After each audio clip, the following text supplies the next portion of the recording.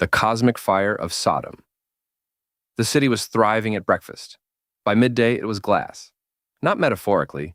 The pottery found in the ruins had been exposed to temperatures above 2,000 degrees Celsius, hot enough to fuse ceramic into a black fused crust. No campfire does that. No army does that. Nothing on the ground does that. Tel es Sultan sits precisely where Genesis places Sodom, in the well-watered plain of the Jordan, visible from the hills of Hebron. For 15 years, Dr. Philip Sylvia and a team of 21 researchers from universities across the United States excavated the site, now known as Tal el-Hammam, publishing their findings in Nature Scientific Reports in September 2021. They were not looking for Sodom. They were looking for a Middle Bronze Age city. They found both, and what they found in the destruction layer stopped the conversation about mythology in its tracks. The core impossibility is this: the temperatures and pressures recorded in that layer are consistent only with a cosmic airburst, an asteroid or comet detonating in the atmosphere directly above the city. No volcanic source produces this. No military engagement reaches these temperatures. No fire achievable on the surface of the Earth consumes an entire populated area instantaneously at 2,000 degrees. The evidence did not arrive as a single striking find. It arrived as a convergence. Pottery sherds from the destruction layer contain tiny spherules of melted metal and shocked quartz, minerals that only form above 2,000 degrees Celsius, a signature exclusive to cosmic impact events.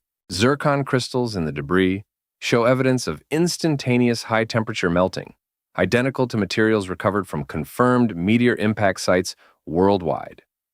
The destruction layer contains platinum group elements in concentrations consistent with extraterrestrial material. The same chemical fingerprint found at the Chicxulub impact site in Mexico, where the asteroid that ended the dinosaurs made contact with the Earth. A salt layer blankets the destruction horizon.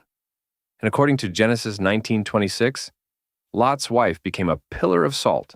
A cosmic airburst over the Dead Sea's salt flats would have vaporized and redeposited salt across the surrounding plain in exactly this pattern.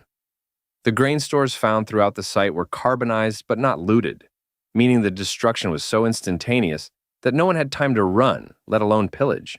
Tal el-Hammam had been continuously occupied for 2,500 years before this event, and was then completely abandoned for between 300 and 600 years afterward, matching Genesis's description of the land rendered permanently uninhabitable. And the airburst destruction zone, modeled by the research team, covers approximately 25 kilometers, consistent with Genesis 19:28, where Abraham watches smoke rising from what the text calls all the land of the plain. Mainstream science broadly accepts the airburst as a real event. The physical evidence is peer-reviewed and documented. Where mainstream scholarship pulls back is at the connection to the biblical account of Sodom, which it considers circumstantial. The geographic match could be coincidence. Many Bronze Age cities were destroyed and abandoned. The authors themselves acknowledge that other candidate sites for Sodom have been proposed, but no other Bronze Age city in the Near East shows this specific combination of cosmic impact signatures, instantaneous destruction, platinum group chemistry, salt deposition, and centuries of deliberate abandonment, all in a location that matches the biblical geography precisely. The probability of those features coinciding accidentally at that specific site is a question the mainstream position does not answer. What if the authors of Genesis were not writing mythology, but eyewitness testimony, encoded in the only language available to them? Fire and brimstone from the Lord out of heaven. What else would a Bronze Age survivor call a fireball detonating at altitude? The study confirms the airburst happened. It confirms the salt. It confirms the abandonment.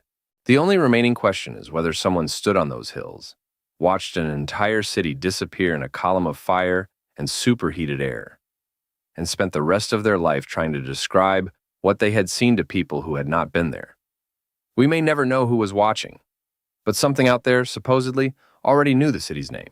From a city turned to glass in a single morning, we move north along the Jordan Valley to a different kind of impossibility. A city with walls so strong they should have held for years. Walls that fell in the wrong direction. The walls of Jericho. Archaeologists know what a siege looks like in the ground. Walls pushed inward from battering rams, collapse directed toward the interior. Evidence of prolonged occupation outside the gates, the detritus of an army that waited. When British archaeologist Kathleen Kenyon cleared the rubble at Tel Sultan between 1952 and 1958, in what became one of the most consequential digs in biblical archaeology, she expected the standard picture. What her own field notes recorded was something else entirely. The walls of Jericho had fallen outward, into the street, as if something had pushed them from the inside. Tel Sultan is the oldest continuously inhabited city on Earth, and the destruction layer Kenyon excavated has been argued over ever since. Her primary conclusion, that the destruction predated the biblical conquest, was widely accepted for decades. But Dr. Bryant Wood of the Associates for Biblical Research reanalyzed her field notes and published his findings in Biblical Archaeology Review in 1990, revealing details Kenyon had not emphasized. Those details changed the picture considerably. The direction of collapse was the first anomaly. Kenyon's own excavation notes describe mud brick collapse extending outward from the wall base into the surrounding area, a direction inconsistent with any documented siege technique of the Bronze Age. Battering rams push inward. Undermining produces inward collapse toward the point of structural failure. Outward collapse, in the absence of any external battering evidence, has no conventional military explanation. The second detail was the grain. Large storage jars filled with carbonized grain were found throughout the site, indicating the city fell at harvest time. And the Bible places the fall of Jericho in spring, immediately after Passover, precisely when stores would be full. Radiocarbon dating of charcoal from the destruction layer, by Hendrik Bruins and Johannes van der Plicht, published in Nature in 1995, placed the destruction between 1410 and 1440 BCE, consistent with the biblical timeline of the Exodus and conquest, and approximately a century later than Kenyon's proposed date. A thick ash horizon throughout the layer confirmed the city was deliberately burned after it fell, matching Joshua 6:24 exactly. Unlike every other conquered city in the archaeological record of the period, no bronze weapons, jewelry, or luxury goods appeared in the destruction layer, consistent with Joshua's command that all valuables go to the treasury of the Lord rather than to the soldiers. A section of the northern wall was found still standing while the surrounding structure had collapsed, which Wood noted aligns with Joshua 2:15, where Rahab's house was built into the wall and her household was spared, and the city was not rebuilt for centuries after the destruction, consistent with Joshua's curse in Joshua 6:26 against any man who would attempt to rebuild it. The mainstream archaeological position, following Kenyon's primary interpretation, attributes the outward collapse to seismic activity and places the destruction approximately a century earlier than the biblical window. The full-grain stores in this reading indicate only that the city was abandoned quickly, not miraculously. The radiocarbon debate remains open among specialists, but earthquakes collapse walls inward toward the seismic source. That is the direction of seismic force. Outward collapse in the absence of external battering has never been satisfactorily explained by the earthquake hypothesis, and it is precisely the detail that every siege manual in recorded history would consider structurally impossible. The radiocarbon evidence published in Nature pushes the destruction date into the biblical window, and the full-grain stores, the ash layer, the absent luxury goods, and the standing northern section all line up with a specific narrative in a specific text with a specificity that the word coincidence struggles to carry. Some researchers ask whether sustained resonant vibration, amplified along the Dead Sea Transform Fault that runs directly beneath the Jordan Valley, could produce ground motion directed outward from beneath a wall rather than inward from a lateral shock. The account in Joshua is oddly precise. 7 days, 7 circuits, 7 trumpets, then a sustained collective sound event. Why that exact sequence if the story is purely theological? We may never know what frequency the walls of Jericho were built to withstand, but we know the direction they fell. From walls that collapsed without a battering ram, we cross a continent to a sea that opened without a conventional explanation, until a physicist ran the fluid dynamics in 2010 and came back with a specific number: the parting of the Red Sea. A physicist funded by the National Oceanic and Atmospheric Administration sat down in 2010 to model the most scrutinized miracle in the Old Testament. He was not a theologian. He had no stake in the outcome. He was a fluid dynamics researcher at the National Center for Atmospheric Research, and his tool was the same ocean modeling software used to forecast storm surges and coastal flooding. What the simulation produced was not a miracle, it was a measurement. Dr. Carl Drews published his findings in PLOS 1 in September 2010. His study used reconstructed Bronze Age topography of the eastern Nile Delta, specifically a shallow lagoon region near what is now the Suez Canal, identified in ancient texts as the Yam Suf, and asked a simple question: what does a sustained wind event do to a body of water sitting over a submerged land ridge?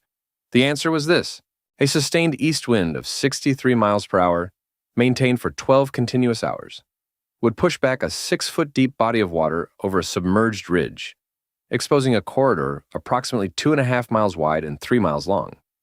That corridor would remain crossable for approximately 4 hours before the water returned. Every one of those figures is specific. Everyone came from a fluid dynamics model, not a commentary on Exodus. Wind setdown is not a theoretical phenomenon. It is documented. In 1882, British General Alexander Tulloch recorded personally witnessing water in the Gulf of Suez pushed back by wind to expose the bottom, with no supernatural component involved, just sustained wind over a shallow body of water. The specific location Drews identifies in his model places the crossing site consistent with the Exodus route described in Numbers 33. Egyptian military chariots, which were effective on firm ground, would have been immediately immobilized when the wind ceased and water returned, because chariot wheels lose traction instantly in wet, exposed sediment. And Exodus 14:25 describes this with a precision that reads less like theology and more like observation. Their chariot wheels came off.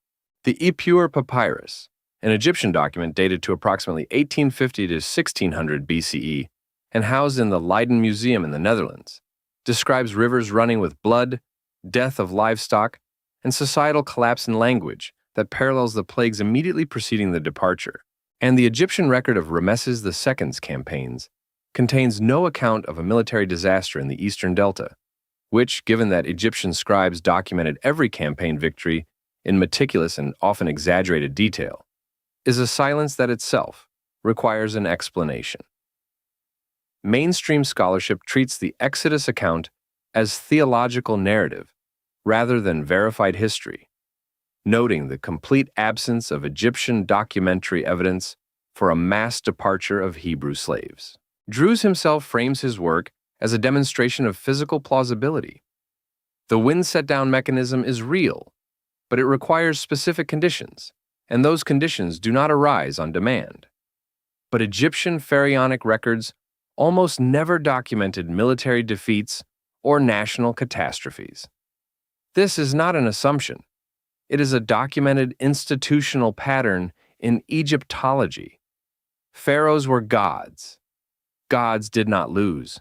The absence of Exodus records in Egyptian sources proves nothing about whether the event occurred, because Egyptian scribes were structurally prohibited from recording events that diminished the pharaoh's divine authority. Whole campaigns were erased. Akhenaten's entire reign was systematically removed from the official record. The silence is not evidence of absence. It is evidence of a bureaucracy. What if the Exodus account preserves a folk memory of a real wind set-down event, passed orally across generations before being committed to text? The detail of the chariot wheels is the hardest to explain away.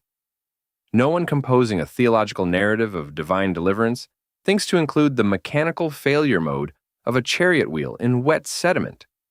That is the kind of detail that survives in memory because it was seen. The wind that opened the sea may have been one link in a chain, because the event that triggered that chain, a single volcanic eruption 700 kilometers away, may also explain every plague that preceded the departure. And the science of how they connect is one of the most precisely assembled sequences of cause and effect in all of ancient history. The 10 plagues as a cascade. You do not need 10 separate miracles to explain the 10 plagues. You need one volcano.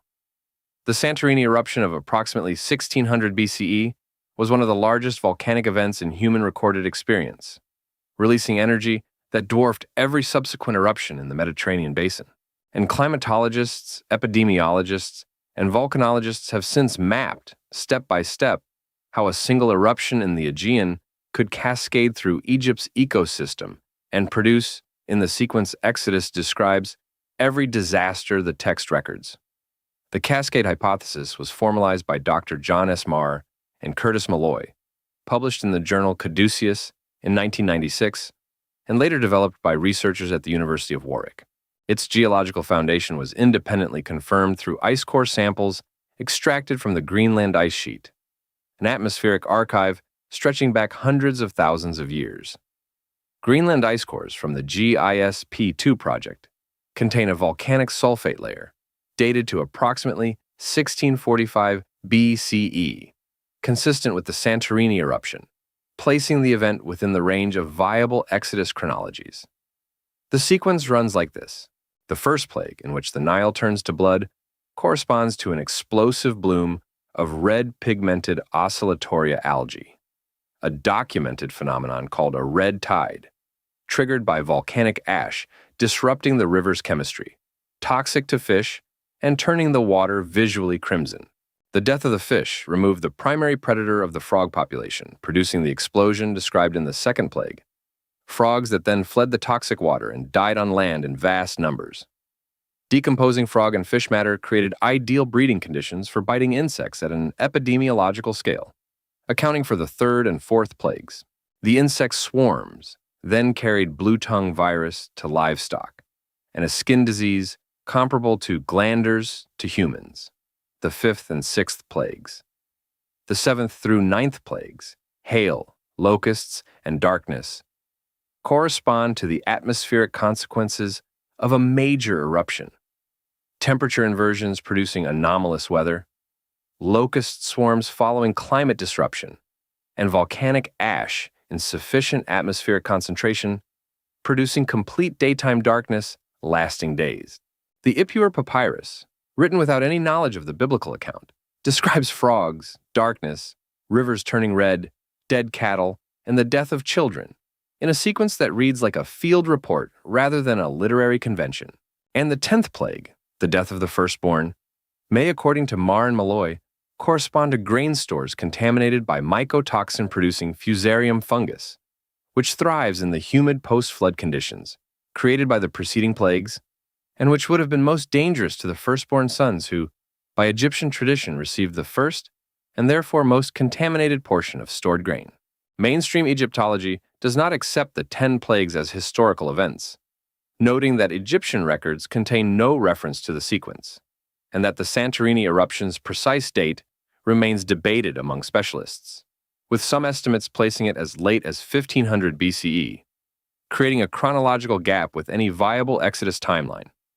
The cascade model is considered intellectually creative, but not evidentiary.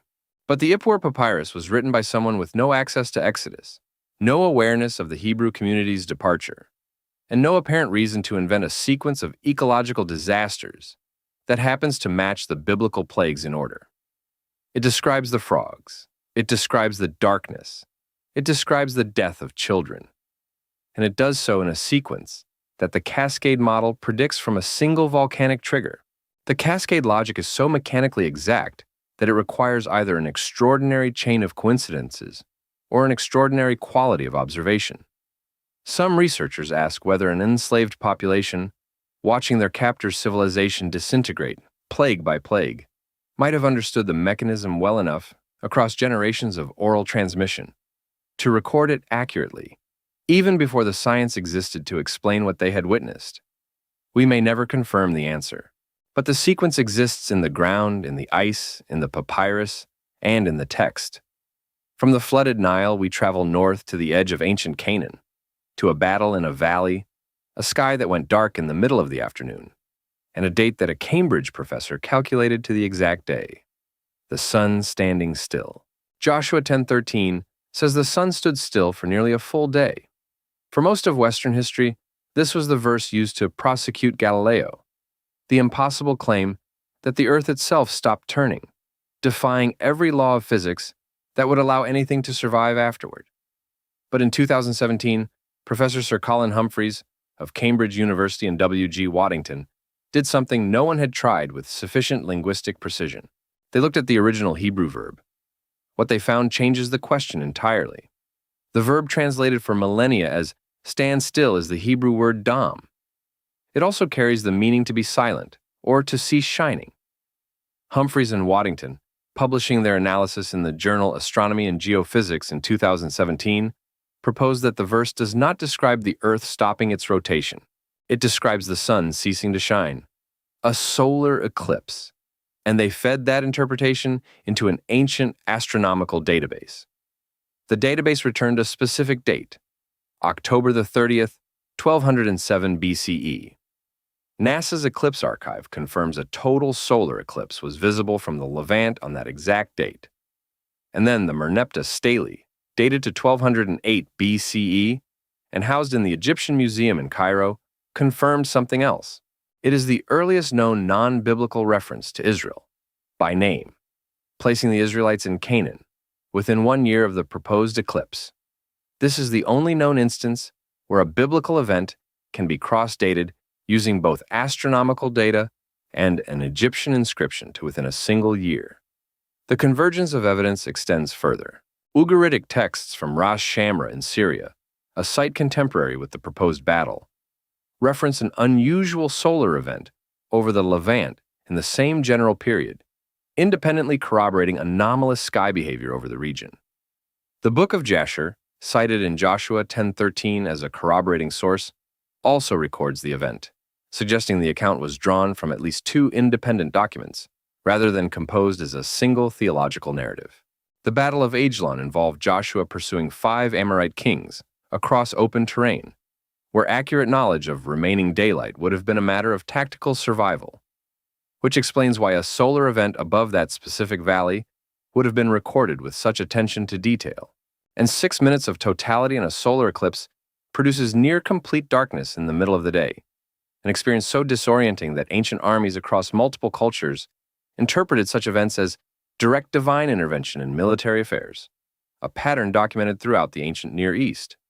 Mainstream biblical scholarship treats Joshua 10 as theological hyperbole, a literary device communicating divine favor in battle, not a literal description of solar mechanics. The eclipse interpretation, while astronomically precise, requires accepting that the Hebrew verb dam has been mistranslated across thousands of years of manuscript transmission, which most textual scholars consider an unlikely error to persist undetected. But the Merneptah stele does not permit the comfortable position that Joshua is entirely mythological. Israel was real in Canaan in 1208 BCE, confirmed in Egyptian hieroglyphs by the pharaoh who fought them. The battle happened. The only remaining question is what the people fighting it saw in the sky above the valley of Ajalon, and whether a single mistranslated verb has been hiding a solar eclipse inside a story about a frozen sun for 3,000 years. Some researchers ask how many other biblical impossibilities might be waiting inside a translation error. If dam means ceased shining rather than stood still, then Joshua 10 is not a violation of physics. It is possibly the oldest precisely datable astronomical observation in human history, preserved in a military narrative by people who watched the sky go black in the middle of a battle, and understood it as the most significant thing they had ever seen. We may never recover the full text of the Book of Jasher to know what the second account said, but the eclipse was real. The date is confirmed. The Israelites were there. From a battlefield in ancient Canaan, we crossed thousands of miles east to the plains of Mesopotamia, to a tower so famous it became a symbol of human overreach, and to the king who carved his own portrait standing in front of it, the Tower of Babel. In 2011, a private collector acquired a small basalt stele from a Jordanian antiquities dealer. When scholars examined it, they recognized something that had not been seen in 2,500 years. A carved image of a massive stepped tower, clearly labeled in cuneiform, with a robed figure standing before it identified in the inscription as Nebuchadnezzar II.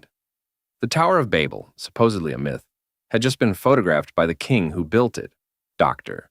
Andrew George of the School of Oriental and African Studies at the University of London, identified and published the artifact, now known as the Tower of Babel stele, in 2011. Cross-referenced with Nebuchadnezzar's own building inscriptions, the East India House inscription, a clay barrel housed in the British Museum. The stele confirmed both the tower's appearance and its builder's identity with a directness that left very little interpretive space.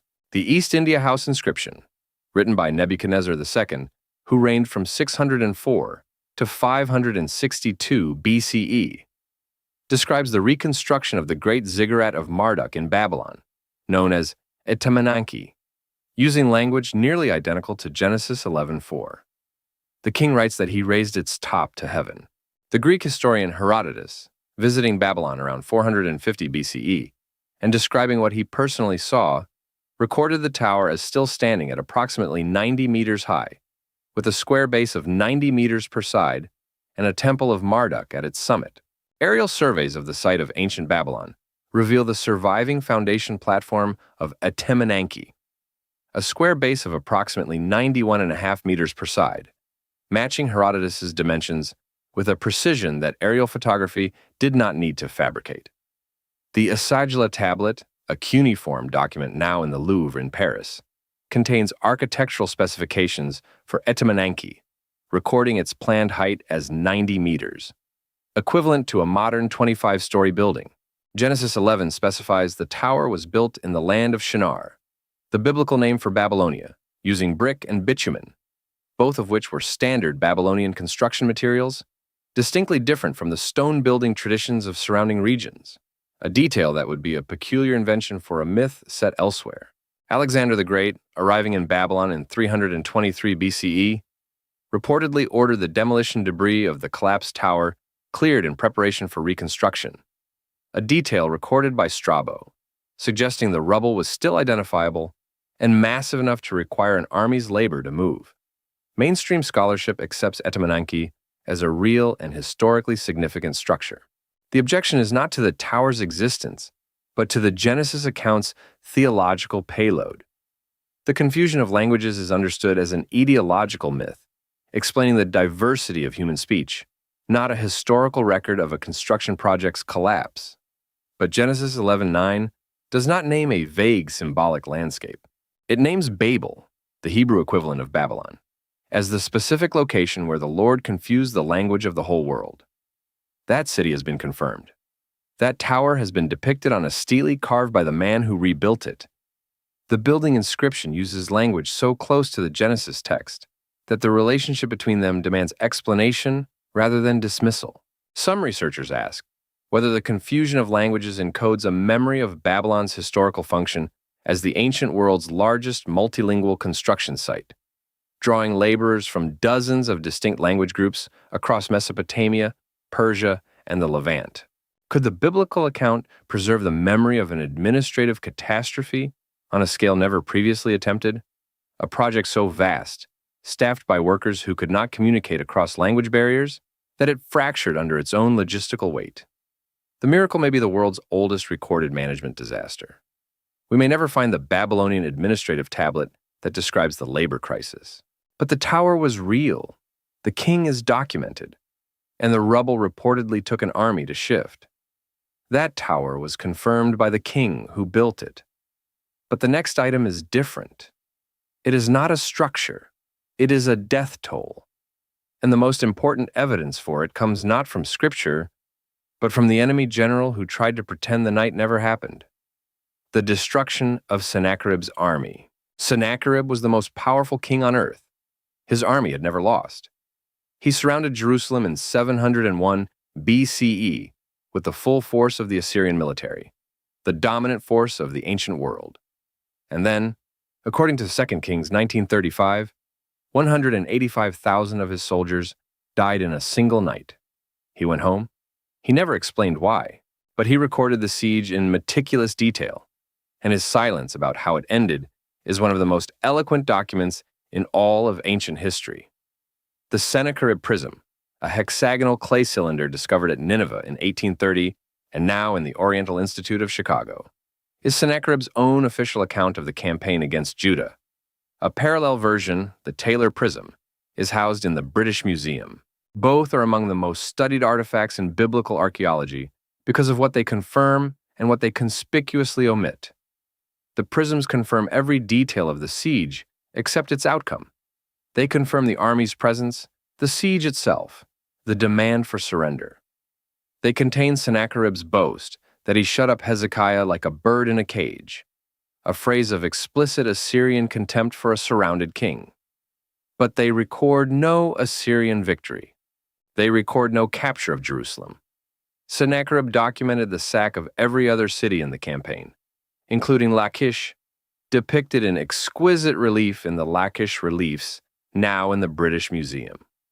Jerusalem is described only as besieged, never as taken.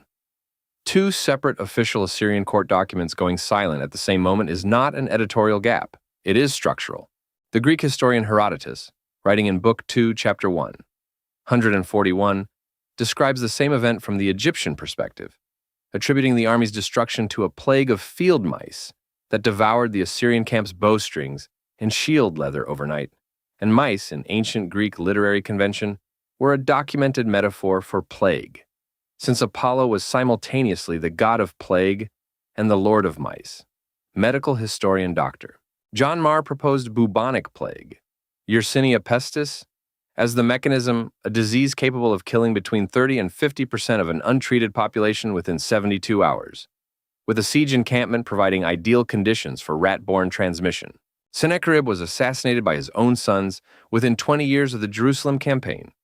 2 Kings 1937 records the assassination, and the Babylonian Chronicle independently confirms it in 681 BCE, meaning whatever happened outside Jerusalem cast a shadow over the rest of his reign. And the city of Jerusalem was not attacked by Assyria for the next 115 years, following the withdrawal, an extraordinary military restraint from the empire that systematically conquered every other strategic target in the region. Mainstream historians accept that Sennacherib failed to take Jerusalem, but attribute this to a negotiated withdrawal. Sennacherib himself records receiving tribute from King Hezekiah, which some scholars read as a face-saving capitulation that ended the siege diplomatically. The figure of 185,000 dead is considered a theological exaggeration inserted by biblical editors to frame the deliverance of Jerusalem as miraculous. But if Sennacherib withdrew because of paid tribute, he would have recorded the tribute as a victory. That was standard Assyrian diplomatic practice, documented in dozens of other campaigns. The silence is not the silence of a satisfied conqueror. It is the silence of something that has no precedent in the Assyrian scribal tradition, an outcome for which the scribes apparently had no institutional language. What if Herodotus's mice and the Bible's angel of the Lord and a modern epidemiologist's plague model are describing the same single night from three different cultural angles? Some researchers ask whether a waterborne or rat-borne hemorrhagic event, moving through a camp of tens of thousands of soldiers, with no understanding of germ theory and a shared water source, could have killed at a speed and scale that no commander of the period had any framework to record. We may never excavate the site of the Assyrian camp outside Jerusalem. We may never test the soil for ancient pathogens. But the king went home without writing down why. And the king who was never defeated wrote nothing. From an army destroyed in a night, we moved to a night that announced a birth, and to a star that three independent civilizations, writing in three separate languages on three separate continents, all recorded without any apparent communication between them. The Star of Bethlehem. In 1614, the astronomer Johannes Kepler was calculating the orbital mechanics of Jupiter and Saturn when he noticed a pattern. Every 805 years, the two largest planets in the solar system pass each other 3 times in a single year, a triple conjunction. He ran the calculation backward. The last triple conjunction before his own time had occurred in 7 BCE in the constellation Pisces in the eastern sky, and it would have been unmissable to any trained astronomer watching from Mesopotamia. Kepler published his original calculation in De Stella Nova in 1614. Modern planetary software has since confirmed his work, and multiple competing hypotheses now exist, each backed by independent astronomical and historical evidence from civilizations that had no documented contact with Judea or with each other. The triple conjunction of Jupiter and Saturn in 7 BCE is confirmed by modern planetary calculation. The two planets passed each other 3 times, in May, October, and December of that year, in the constellation Pisces, which Babylonian astrology explicitly associated with the Hebrew people and the expectation of a messianic king. Babylonian almanac tablets, now in the British Museum, record planetary positions for 7 and 6 BCE in precise detail. The Jupiter-Saturn conjunction is explicitly logged, confirming that Babylonian astronomers were actively monitoring this event in real time. Chinese Han Dynasty records in the Book of Han, compiled by Ban Gu around 82 CE, describe a comet-like object called a Po-star observed for 70 days in 5 BCE, and in ancient Chinese astronomy, such objects universally signaled the birth or death of kings. Korean astronomical records in the Samguk Sagi Chronicle describe a bright nova in 5 BCE lasting approximately 70 days, independently corroborating an unusual stellar event in the same year without any connection to the Chinese or Babylonian sources. Jupiter was known in Babylonian astronomy as the king planet. Its conjunction with Saturn, which Babylonian astrologers associated with cosmic order, in the Hebrew constellation Pisces, would have been interpreted by trained magi as signaling a king among the Hebrews with a precision that required no leap of faith, only mathematics. The Greek word Matthew's Gospel uses for the object is aster, which in ancient Greek astronomical literature applied to planets, comets, and novae, as well as fixed stars, meaning the text does not necessarily describe what modern readers picture when they read the word star. And historian Michael Molnar, in the Star of Bethlehem, The Legacy of the Magi, published in 1999, proposed a lunar occultation of Jupiter on April the 17th, 6 BCE, as the precise astronomical trigger, an event invisible to the naked eye but calculable by Babylonian mathematicians working from accumulated observation tables. Mainstream astronomy accepts that multiple unusual celestial events occurred in the 7 to 2 BCE window. The objection is that none of them would have appeared to move directionally or stand over a specific location, as Matthew describes. Most biblical scholars argue the star is a theological literary device, referencing the prophecy in Numbers 24:17. A star will come out of Jacob, rather than an observation of the sky.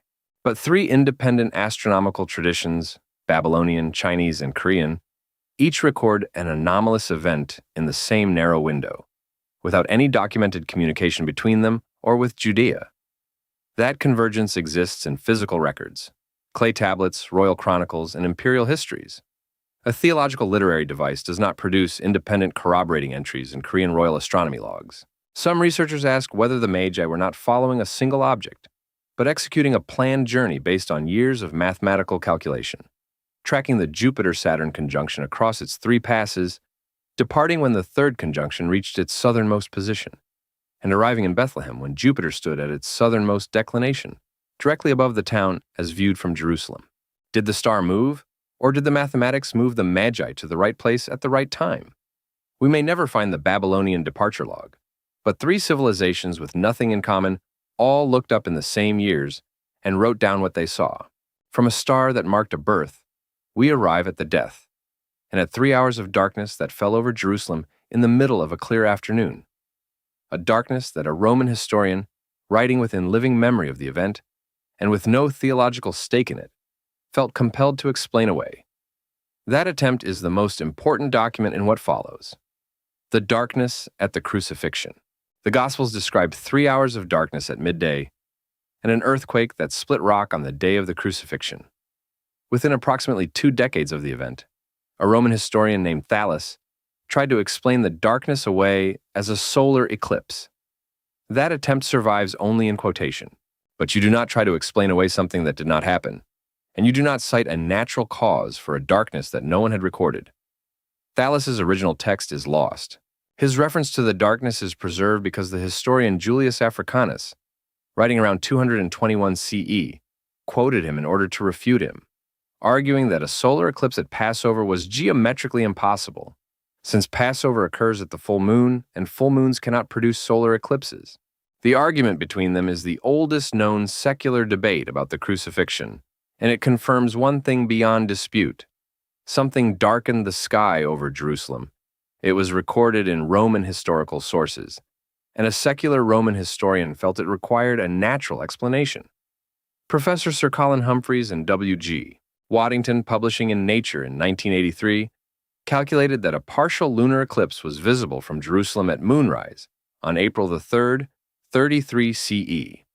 The moon would have risen already blood red, which Acts 2:20 references directly in its description of the events of that period. NASA's eclipse database independently confirms this lunar eclipse, placing its beginning at approximately 6:20 in the evening Jerusalem local time, which in Jewish reckoning was the start of the following day, consistent with the Gospel timeline.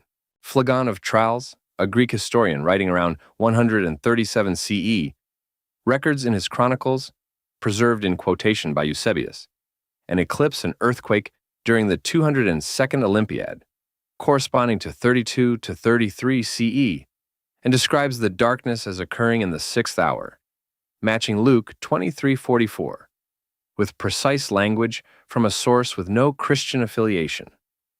A 2012 geological study by Dr. Jefferson Williams, published in International Geology Review, identified a seismic event in Dead Sea sediment cores, dated to the window of 26 to 36 CE, a distinctive mixed layer consistent with an earthquake strong enough to disturb the stratified sediment of the lake. Williams cross-referenced this event with two earthquakes of established date, 31 BCE and 749 CE, and concluded the intervening event most likely fell in the 31 to 34 CE range, consistent with 33 CE. Justin Martyr, writing his first apology around 150 CE and addressing it directly to Roman Emperor Antoninus Pius, challenged the emperor to verify the crucifixion events against Roman records he referred to as the Acts of Pilate, a direct appeal to existing Roman documentation that has since been lost. And the temple veil described in Matthew 27:51 as tearing at the moment of death was, according to the historian Josephus, approximately 18 meters tall and 9 centimeters thick. Its destruction in a seismic event would have been visible to every priest in the temple and structurally impossible to suppress or explain away.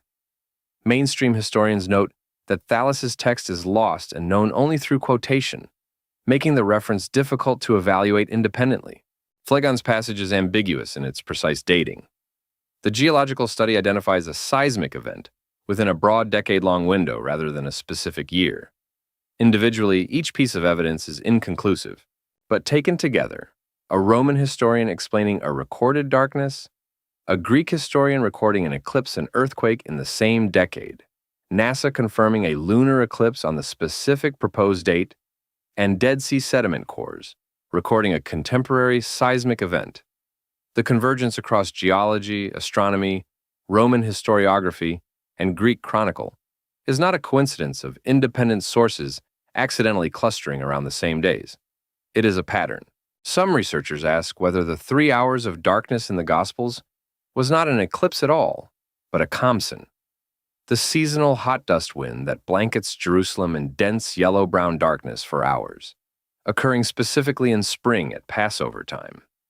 A khamsin at midday, followed by a moonrise, already turned blood-red by a partial lunar eclipse that same evening, would have been experienced as a day of total cosmological rupture. Could the Gospel writers have recorded two separate atmospheric and astronomical events, compressed by transmission into a single narrative of darkness? We may never know which of these the witnesses experienced first, but the Roman historian's attempt to explain it is, supposedly, still the most telling detail of all. You do not argue with a darkness that left no record. Darkness over a single city. An earthquake beneath a single hill. We have arrived, finally, at the event that preceded all of them. The catastrophe that every culture on Earth claims to remember. That geologists have found written in the sediment at the bottom of every ocean on the planet. And that may be the oldest shared memory of the human species. The global flood. There are over 200 flood myths in the world. They come from every continent except Antarctica. They come from cultures that had no contact with each other, speaking languages from entirely separate linguistic families, separated by oceans wide enough to take thousands of years to cross. And they all describe the same event.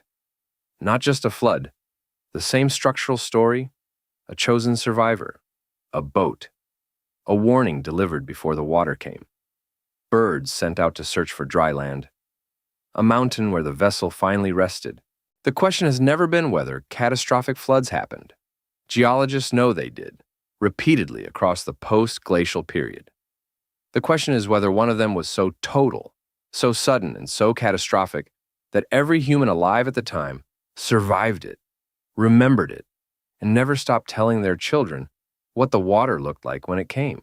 Marine geologists William Ryan and Walter Pittman of Columbia University published their Black Sea Flood Hypothesis in 1997, later expanded into the book Noah's Flood in 1998. Their theory, based on oceanographic core samples from the Black Sea floor, proposed that the Black Sea was once a freshwater lake catastrophically inundated by Mediterranean seawater around 5,600 BCE when a natural land dam at the Bosphorus gave way. Separately, geologist John Shaw of the University of Alberta documented megafloods from the melting Laurentide ice sheet that raised global sea levels by meters within decades, around 9,000 to 8,000 BCE, changes violent enough to drown coastlines within a single human lifetime. Ryan and Pittman's Black Sea core samples show a dramatic transition from freshwater to saltwater sediment, at a depth consistent with approximately 5,600 BCE, a stratigraphic signature of catastrophic marine inundation on a geological scale. The Black Sea seabed contains submerged river channels, ancient shorelines, and prehistoric settlement, remains at depths of up to 100 meters, physical evidence of a habitable landscape that was drowned within living memory of the people who lived there. Robert Ballard, who located the Titanic, led expeditions to the Black Sea in 1999 and 2000 and discovered ancient wooden structures and freshwater mollusk shells at 91 meters depth, consistent with a shoreline occupied before a sudden inundation. The Sumerian Epic of Gilgamesh, written on clay tablets dated to approximately 2100 BCE, contains a flood narrative matching Genesis in specific and peculiar detail. The hero Utnapishtim is warned by a god, builds a boat, seals it with pitch, releases a dove, a swallow, and a raven to test for dry land, and his boat comes to rest on a mountain, written independently of the Hebrew tradition, in a different language. Centuries before Genesis was committed to text, the Atrahasis epic, a Babylonian document dated to approximately 1700 BCE, similarly describes a divinely warned survivor, a boat of specified dimensions, and animals taken aboard. A third independent Mesopotamian flood account that predates and parallels Genesis. In ancient India, the Shatapatha Brahmana, dated to approximately 700 BCE, describes a man named Manu being warned by a fish, building a ship and being towed to a northern mountain as floodwaters rose. Structurally identical narrative architecture in a tradition completely isolated from the Mesopotamian accounts. And geological evidence now establishes a global sea level rise of 120 meters since the last glacial maximum approximately 20,000 years ago, with meltwater pulse 1A around 14,600 BCE raising sea levels by approximately 20 meters within 500 years, a change fast enough to be witnessed across generations. And the Persian Gulf, which was dry land until approximately 8,000 BCE, being entirely inundated by rising post-glacial seas within a period short enough to fall within cultural memory. Mainstream geology and anthropology accept that catastrophic floods occurred repeatedly during the post-glacial period, and that the Black Sea flood was a real and dramatic event. The mainstream position is that the flood myths represent cultural memories of distinct local and regional flooding events, preserved and elaborated across generations, not a single universal catastrophe. The narrative similarities are explained as convergent responses to a universal human experience. Catastrophic water is the most terrifying event any coastal agricultural community can face, and communities that survive it tell the story in similar ways because the experience is similar. But convergent responses to flooding produce diverse stories about flooding. They produce stories tied to local rivers, local animals, local mountain ranges, local gods. They do not produce the same three birds: dove, raven, swallow, sent out in the same sequence by survivors who never shared a language in Mesopotamia, in India, and in the Hebrew tradition. That specific detail is not a convergent response. That is a protocol. And protocols are not independently invented, they are transmitted. Some researchers ask whether humanity passed through a genuine demographic bottleneck during the post-glacial flooding period, a moment when the global human population was small enough and the flooding events sudden enough that a single catastrophic inundation was experienced by the common ancestors of every surviving lineage. Genetic studies have documented the human population reaching a minimum during the Toba volcanic winter approximately 70,000 years ago. Is it possible, some researchers ask, that a second and less discussed bottleneck occurred around 8,000 to 6,000 BCE, associated with post-glacial mega-flooding, and that every culture alive today descends from communities that survived it? Communities that agreed, in every language they subsequently developed, to send out a dove first, then a raven, then a swallow, and wait to see which one came back? We may never recover the organic material from Ballard's submerged structures at 91 meters depth. We may never pin the Dead Sea's seismic record to a specific year rather than a decade. We may never identify the mountain where any surviving vessel rested. But the birds are real in three traditions, with nothing in common except the water and the memory of what came after it. 10 events. A city turned to glass by something that fell from the sky. Walls that collapsed outward with no siege engine to explain them. A sea opened by a measurable wind to a measurable width for a measurable number of hours. 10 plagues chained in mechanical sequence to a single volcanic eruption 700 kilometers away. A sun that ceased shining on a day we can calculate to the calendar. A tower photographed on stone by the king who rebuilt it. An army destroyed in a night that its own king refused to explain in the most meticulous record-keeping tradition of the ancient world. A star logged in cuneiform, in Chinese imperial annals, and in Korean royal chronicles by three civilizations that had no reason to be watching the same sky. A darkness confirmed by a Roman historian who did not believe in miracles, and a seismic event confirmed by a geologist who was not looking for one. And a flood that 200 cultures, speaking 200 languages, described with the same birds and the same mountain and the same silence after the water finally receded. Here is the pattern that connects them. It is not faith, and it is not fraud. It is specificity. Myths generalize. Theological narratives abstract. They speak in symbols and archetypes and patterns too large to falsify. But the accounts we examine today do not generalize. They give you a direction of collapse, outward, not inward. They give you a wind speed, 63 miles per hour. They give you a date, October the 30th, 1207 BCE, confirmed by an astronomical database. They give you platinum group elements in a Bronze Age destruction layer in Jordan. They give you a grain store full with no time to loot it. They give you 3 specific birds sent out in a specific sequence by people who had never heard of each other. The mainstream position that these are convergent human responses to universal natural experiences is a serious and defensible position held by serious and rigorous people. Floods happen everywhere. Volcanoes create darkness. Earthquakes collapse structures. Civilizations build tall towers and attach religious significance to them. These explanations are not conspiracy theories. They are reasonable accounts of reasonable phenomena, and they deserve to be engaged with honestly.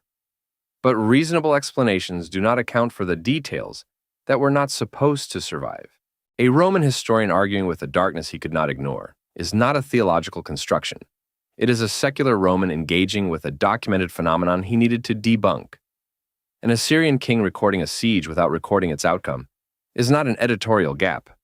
It is the most systematic military scribe in the ancient world going silent at precisely the moment the Bible says something impossible happened. The Babylonian almanac tablets, tracking a Jupiter-Saturn conjunction in Pisces, do not care what Matthew wrote. The Korean Royal Chronicle recording a nova in 5 BCE does not know it is supposed to be providing corroboration. They were just watching the sky and writing down what they saw. The distance between a natural event and the account of a miracle may be, in many of these cases, a matter of vocabulary. Bronze Age survivors did not have the language of fluid dynamics or cosmic airbursts or mycotoxin contamination. They had the language of gods and angels and fire from heaven, and the hand of the Lord moving over the water. Some researchers believe they were describing real things in the only words available to them. Others believe the accounts are theological constructions that happen to intersect with real events by coincidence. We may never resolve that question definitively, but the events themselves, the airburst, the eclipse, the flood, the volcanic cascade, are not in serious dispute. Only the vocabulary used to record them is. What you did today, by following the evidence this far, is refuse the easy position. Most people who engage with biblical accounts choose a side before the first piece of evidence arrives. They are believers or skeptics, and the evidence lands on whichever side they were already standing. You stayed in the middle. You followed the specific facts, the measurements, the named researchers, the published studies, the sediment cores, the ice samples, the clay tablets, and you let the question remain open. That is the only intellectually honest position available. It is also, not coincidentally, the most interesting one. Go to the comments and do this. Tell me which item on this list you think the science most completely accounts for, where scripture and geology or astronomy are pointing at exactly the same event with no remaining gap between them. And tell me which item you think we still cannot fully explain, no matter how refined the methodology becomes. Make your case. Show your reasoning. The comment section is the excavation site, and we need every hand. 37 centuries ago, someone pressed wet clay into a cylinder and described a flood that swallowed the world. They recorded the birds released and the order they were sent. They named the mountain where the vessel stopped. They were not writing legend for the amusement of future scholars. They were writing down what the oldest person they had ever known told them, what that person's oldest person had told them. The memory moving backward through mouths and firelight to a morning when the water came and the world as they knew it ceased to exist. In a valley in Jordan, a city that had stood for 2,500 years turned to glass between breakfast and noon. We are still trying to find the words for what we saw. Subscribe. The archive goes deeper.